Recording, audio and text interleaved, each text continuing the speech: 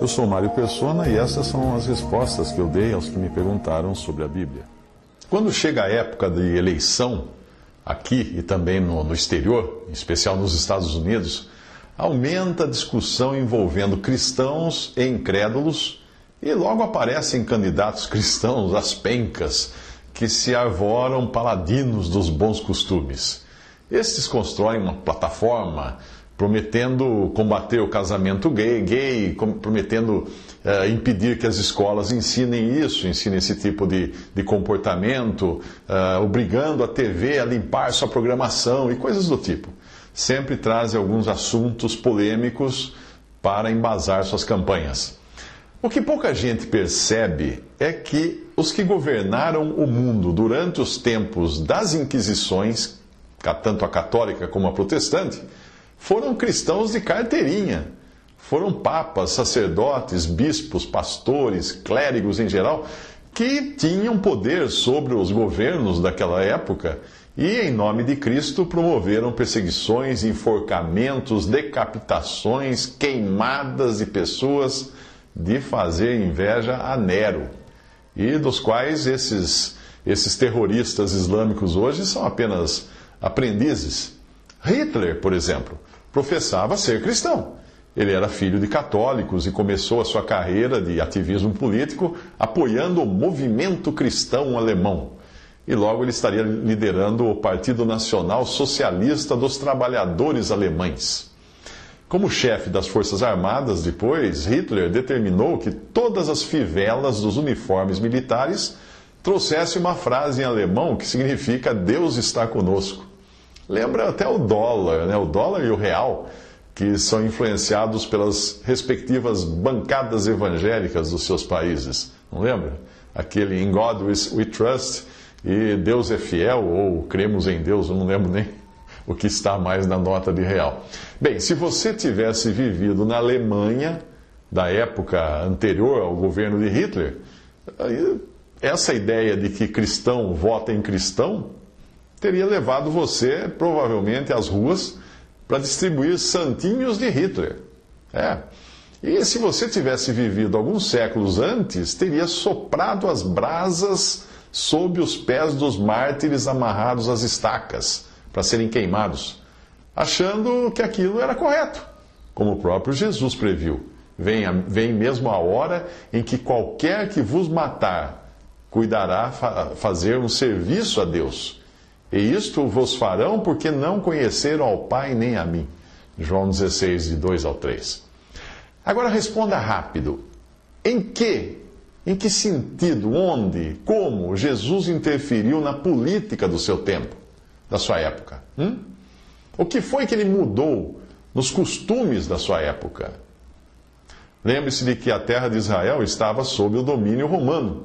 E se você pesquisar os costumes romanos, então, verá que os libertinos de hoje, esses que são hoje, se acham muito libertinos, são amadores comparados ao que aquele povo considerava normal. E apesar de tudo, Jesus deixou este mundo do jeito que ele encontrou quando chegou aqui, sem mover uma palha no plano político, sem interferir nos governos, mas deixando muito claro que ele estava aqui resgatando um povo para si. O cristianismo nunca deveria ser uma missão de reforma e melhoria da sociedade. Não. O cristianismo é uma missão de resgate, para tirar do mundo aqueles que são salvos por Cristo. Infelizmente, a grande maioria dos cristãos não entende isso, especialmente os que são das religiões fundamentalistas católicas e protestantes, que acham que cabe ao cristão deixar o mundo bem arrumadinho para quando Cristo voltar. E ele vai estar esperando a gente arrumar esse mundo para ele poder voltar e reinar. Você não acredita, talvez, mas é isso que muitas doutrinas católicas e protestantes professam.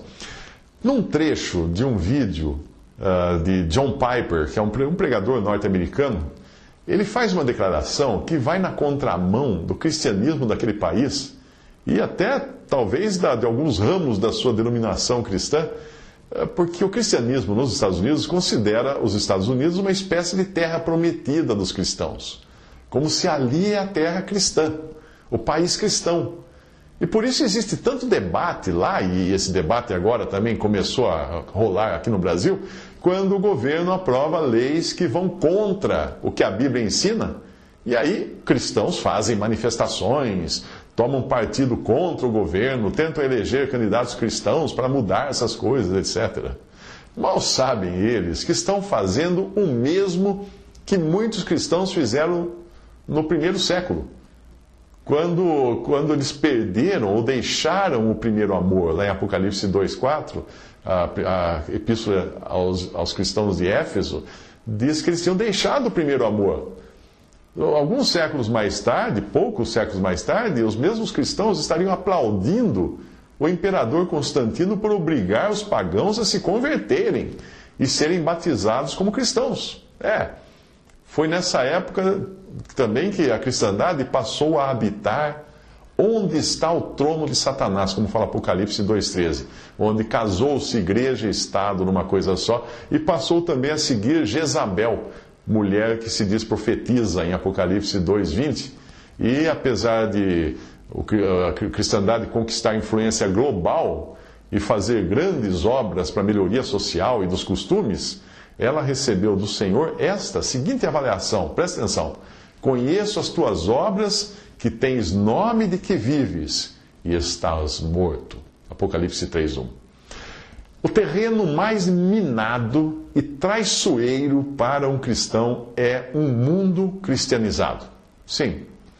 Eu transcrevi, então, aquele vídeo que eu assisti do John Piper, eu transcrevi um texto, um trecho, traduzi esse trecho, que pode ser de auxílio, principalmente para os que acham que devem mudar o Brasil, ou aqueles que costumam colar um adesivo no vidro do carro dizendo "Feliz é a nação cujo Deus é o Senhor". Claro, existe na Bíblia isso, no Antigo Testamento, mas isso é não entender que Deus estava falando isso de uma nação chamada Israel, não do Brasil.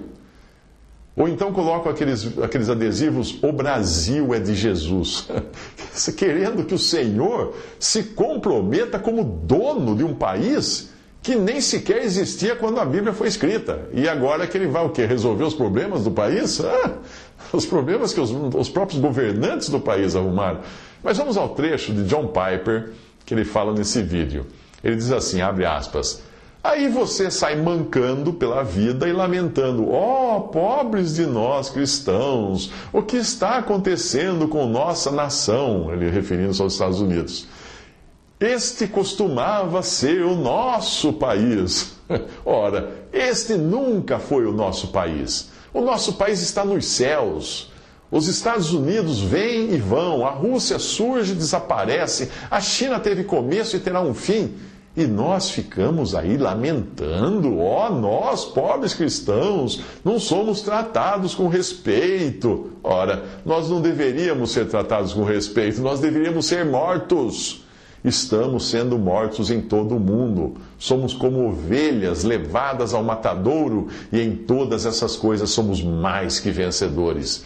Se você tiver a certeza de que aqueles que foram justificados serão glorificados, você irá caminhar de cabeça erguida, quebrantado pelo seu pecado, sim, mas não ficando aí pela mídia dizendo que este é o nosso país, porque não é. Vamos ser diferentes, radicalmente diferentes, ousadamente diferentes. Até aí, o que John Piper disse no seu vídeo. Um irmão perguntou, depois de eu escrever alguns comentários sobre isso no Facebook, um irmão perguntou o que eu faria, então, se durante uma palestra minha, em algum evento empresarial, nas minhas palestras de negócios, um casal do mesmo sexo começasse a se beijar. A preocupação desse irmão é que existem hoje leis que podem considerar discriminação qualquer reprimenda por um comportamento assim, e eu acabaria sendo processado por isso. Então, o que eu faria numa situação dessa? Bem, a menos que eles decidissem tirar a roupa e partir para as vias de fato, eu continuaria a minha palestra fazendo de conta que eu estava na Rússia, onde os homens se beijam na boca. Quem beija quem, é problema dos beijantes e dos beijados, não meu. Contanto que não queira subir ao palco para me beijar, fica tudo bem. No máximo, se eu percebesse que aquilo estivesse causando distúrbio, e nem precisa ser duas pessoas do mesmo sexo se beijando para fazer isso, aí eu faria como eu já fiz em algumas palestras com alguns grupinhos mal comportados da plateia. Eu olharia fixamente para eles, em silêncio e com um sorriso maroto nos lábios. Num momento assim, é incrível o que acontece. Toda a plateia olha para as pessoas para quem eu estou olhando. E o silêncio é fatal para qualquer um se tocar e parar de fazer aquilo que está fazendo. Agora, não cabe a mim decidir quem deve namorar quem, e não é papel do cristão obrigar o mundo a fingir obediência à Bíblia. Acaso estaria certo, por exemplo, um cidadão da Arábia Saudita vir ao Brasil e querer obrigar as brasileiras motoristas a usarem véu em público e também a deixarem de dirigir? Será que estaria certo isso? Não, porque essa lei vale na Arábia, aqui não. Aqui as mulheres podem dirigir e não precisam usar véu nas ruas. Então, se os beijos entre gays são válidos no mundo que pertence a eles, e eu estou falando de uma sociedade como um todo, eu que sou cristão estrangeiro nesse mundo, não tenho nada a ver, não tenho que dar palpite na vida deles. Eles que façam do jeito que quiserem, porque cada um dará conta de si mesmo a Deus. Não sou eu que vou dar conta da maneira como as pessoas procedem. É cada um que vai ter que explicar para Deus direitinho, tintim por tintim, o que fez aqui nessa vida.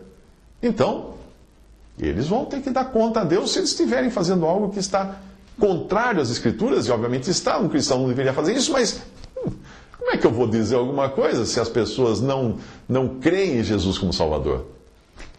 Outra pergunta que me fez foi: o que eu faria se descobrisse que a escola estivesse ensinando coisas que induzissem as crianças a considerarem normais relações entre pessoas do mesmo sexo? Será que eu não deveria processar, protestar, eleger um candidato cristão para acabar com isso? Não, também não. Porque, mais uma vez, eu estaria tentando me intrometer no mundo que não é meu. Um mundo onde eu sou estrangeiro. E indo contra até as leis governamentais nesse sentido, já que o material que a escola estaria usando teria vindo da Secretaria da Educação, com a chancela das autoridades que eu devo respeitar por eu ser cristão. Se eu não gostar da situação, se for possível, eu procuraria então colocar meus filhos numa outra escola, onde eu soubesse que isso não seria feito, ou então, a melhor maneira até, vaciná-los. Como a gente vacina os filhos contra essas coisas? Bom, a gente vacina os filhos com a leitura diária da Palavra de Deus em família, para que essas crianças fiquem imunizadas a esse tipo de ensino. Muitos desses que protestam, não abrem a Bíblia 10 minutos com os filhos à noite em casa. Protesta, quer que o mundo ande como cristão, mas ele não abre a Bíblia para mostrar como é que um cristão deve andar para os seus filhos em família. Você ensinar isso para eles, ter um momento de leitura da palavra, de oração, junto com a família todos os dias. Como os israelitas comiam do maná todos os dias, colhiam maná todos os dias. Aliás, eu sempre vacinei os meus filhos contra estes e outros ensinos, que são até bem mais perniciosos para a fé cristã, e eu considero assim, como é, por exemplo, a teoria da evolução. E é o humanismo que hoje impregna não só as escolas e as universidades, isso está impregnado no ensino religioso também. Você quer aprender humanismo? Vá para uma faculdade de teologia, que lá eles ensinam humanismo. Mas e quanto à promiscuidade na programação da TV? Será que eu não deveria protestar para o governo colocar um basta nisso? Ou eleger candidatos que me defendam perante o governo para que a programação da TV seja censurada, para que não tenha mais beijo gay, ou gente nua, ou qualquer coisa?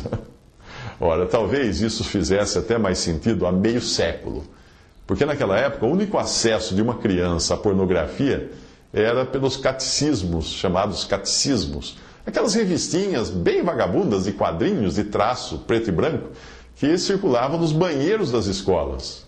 Hoje, com internet e um smartphone na mão de cada criança, é no mínimo ingenuidade você achar que as crianças não verão essas coisas quando e onde elas quiserem.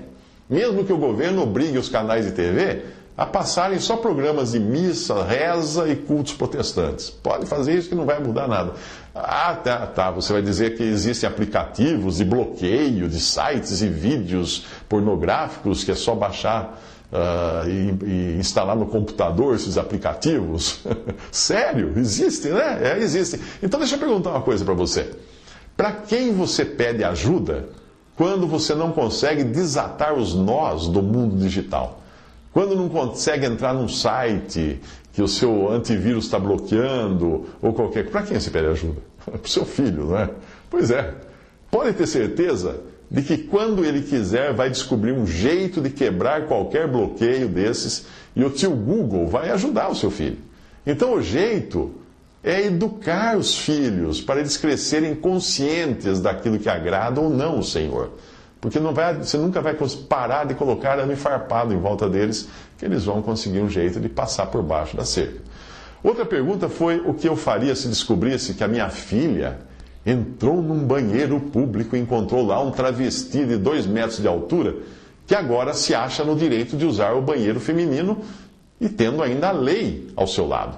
Bem, eu diria para minha filha evitar esses banheiros, ou, se não fosse possível, entrar olhando para o chão e sair olhando para o teto. Por tudo isso, eu dou razão aos sodomitas. Agora estou falando dos sodomitas habitantes de Sodoma, lá na Bíblia.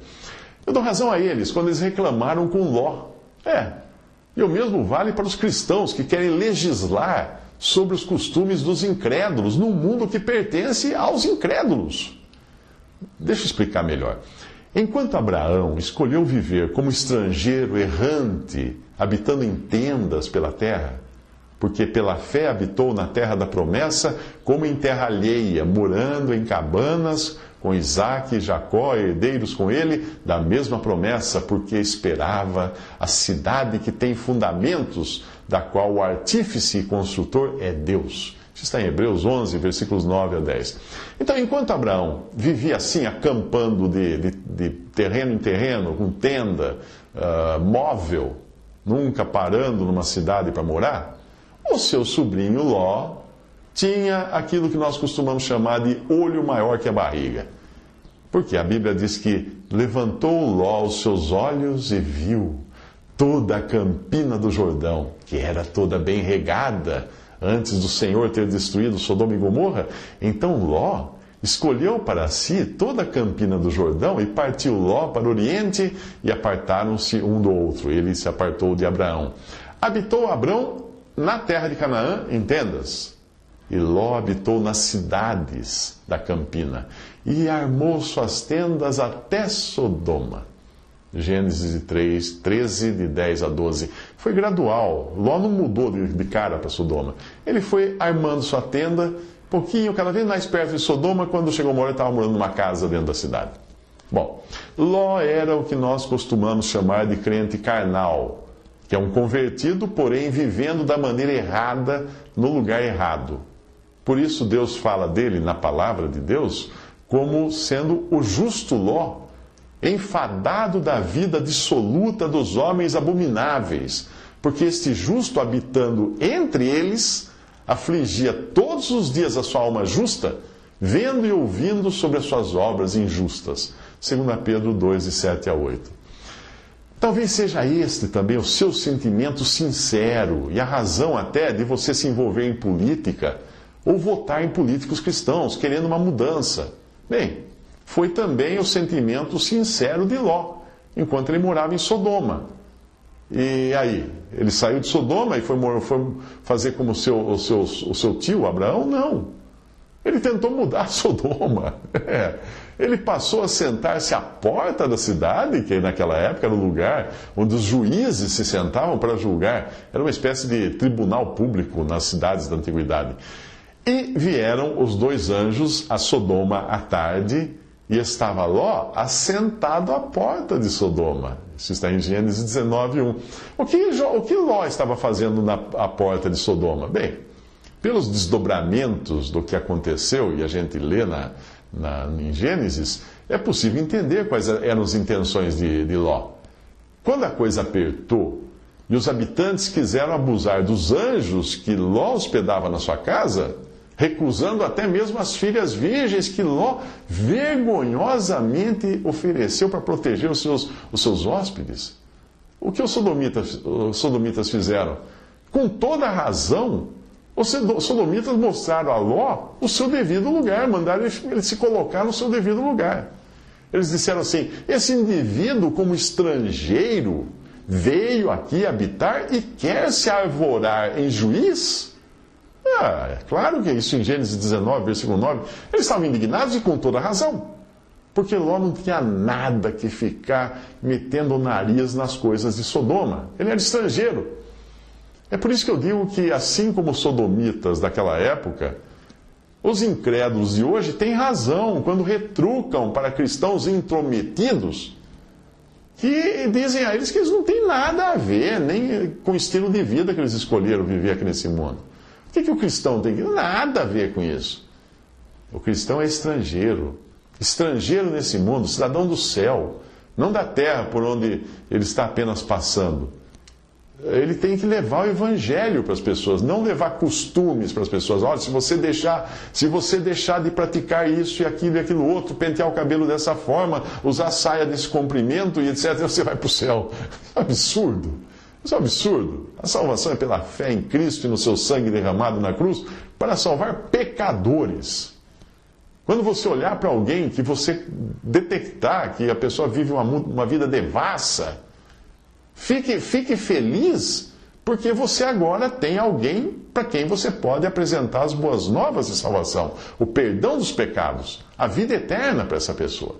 Não para ele vestir uma roupa diferente ou parar com certos costumes. Alguém pergunta: e se alguém ameaçar os meus filhos com um leão, que pode destruir os bons costumes dos meus filhos?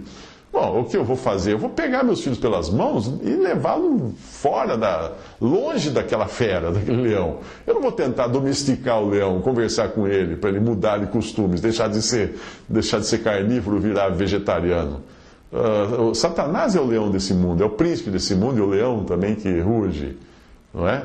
Essa selva pertence a ele, pertence a esse leão, Satanás, não pertence aos filhos de Deus. Pelo menos agora, não tem nada a ver. O usurpador está aqui. O Senhor Jesus falou: eu vou embora porque o príncipe desse mundo está chegando. Eu não tenho nada com ele.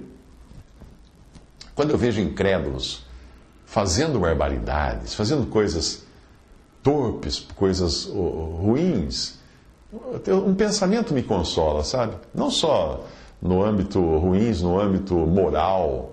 Às vezes até o cara querendo roubar, aproveitar-se dos outros, querendo enganar, querendo passar a perna, tudo isso. Sabe o que eu penso na hora? Eu penso assim: esta é a única vida que eles têm.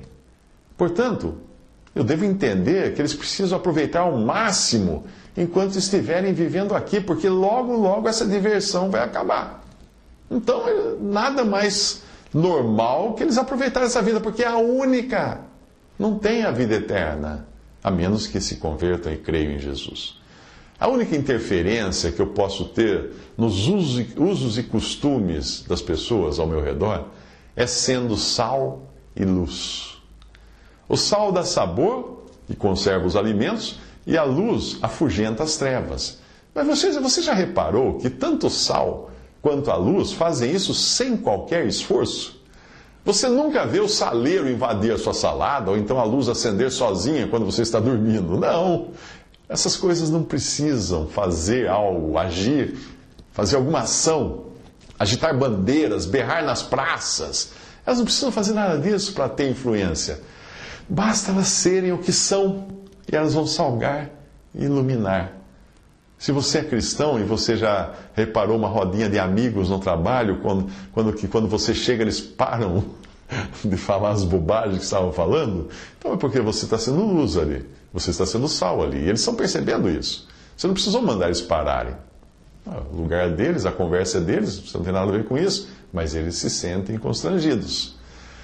No primeiro século, meninos e meninas de famílias cristãs presas pelo único crime de professarem fé em Cristo eram vendidos como escravos sexuais. É assim, leia a história de há 2000 anos atrás da sociedade, como é que era.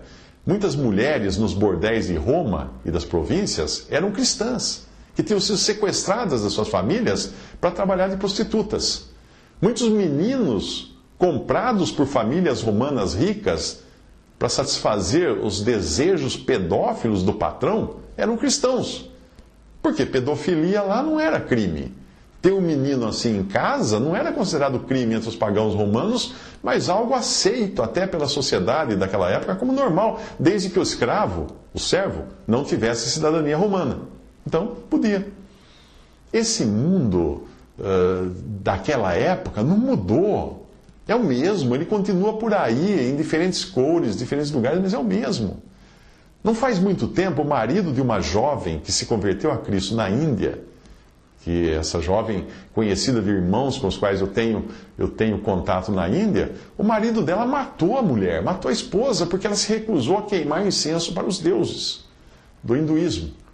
E pelo mesmo motivo, o irmão de um irmão biológico, de um outro rapaz, de um outro jovem, não apenas matou o jovem, como também incendiou a casa com cadáver dentro. Por quê? Porque ele não queria oferecer incenso aos deuses do hinduísmo. Isso é coisa que está acontecendo hoje. No Butão, os irmãos com os quais eu tenho comunhão, eles atravessam a fronteira com a Índia para se reunirem do outro lado da fronteira, porque no Butão, que é um país budista extremista, no budismo extremo, os cristãos são perseguidos. No Egito, apenas os templos antigos, católicos e protestantes, que foram construídos antes das recentes leis islâmicas, podem ser usados para reuniões cristãs. E ainda assim com guardas na porta para impedir que radicais muçulmanos invadam e matem os cristãos que estão se reunindo lá dentro. E de vez em quando você vê na mídia notícias disso acontecer realmente. Os irmãos com os quais eu tenho comunhão lá no Egito costumavam alugar o porão de um templo católico para poderem se reunir. E quando eles fazem reuniões em casa, eles precisam combinam de chegar em horários alternados. Nunca chegam juntos, cada um chega num horário para não despertar suspeitas de radicais muçulmanos que poderiam invadir a casa e espancar o pessoal lá dentro. Na Síria, todos os dias nós estamos vendo notícias de cristãos sendo mortos pelo Estado Islâmico. Na Nigéria, em outros países da África, dezenas são dizimados em igrejas, incendiados vivos nas igrejas. Como acontecia no Peru, nos tempos do Sendeiro Luminoso, que era um grupo que queria implantar aqui no Peru um comunismo maoísta, um comunismo de origem chinesa, baseado nos ensinamentos de Mao Tse-tung. Eu conheci um irmão que foi metralhado dentro de uma igreja evangélica lá no Peru nessa época e sobreviveu. Quando ele levantou a camisa, eu vi as cicatrizes das balas que acertaram na sua barriga. Ele sobreviveu porque quando a jovem terrorista, ele falou que ele se lembrava nitidamente, uma jovem de cabelo longo, cabelo preto, que entrou com uma farda de terrorista, uma farda camuflada, e metralhou todo mundo. Quando ela começou a metralhar, ele ficou em pé. E os outros fiéis permaneceram sentados. Então, as balas não pegaram na cabeça dele, como pegaram na cabeça de todos os outros. Ela matou todo mundo que estava na igreja. E ele levou vários tiros na barriga e passou meses no hospital, mas sobreviveu. Eu acho que você já percebeu que se um casal gay ficar se beijando durante uma palestra, ou se a escola ensinar costumes assim para os meus filhos, ou se a minha filha entrar num banheiro público e encontrar lá um homem passando-se de mulher, você já deve ter percebido que esses serão os menores problemas que um cristão pode enfrentar no mundo. Repetindo então o que disse John Piper, abre aspas, ora, nós não deveríamos ser tratados com respeito, nós deveríamos ser mortos. Estamos sendo mortos em todo o mundo, somos como ovelhas levadas ao matadouro, e em todas essas coisas somos mais que vencedores. Fecha aspas, até aí o que John Piper disse. Visite respondi.com.br. Visite 3minutos.net.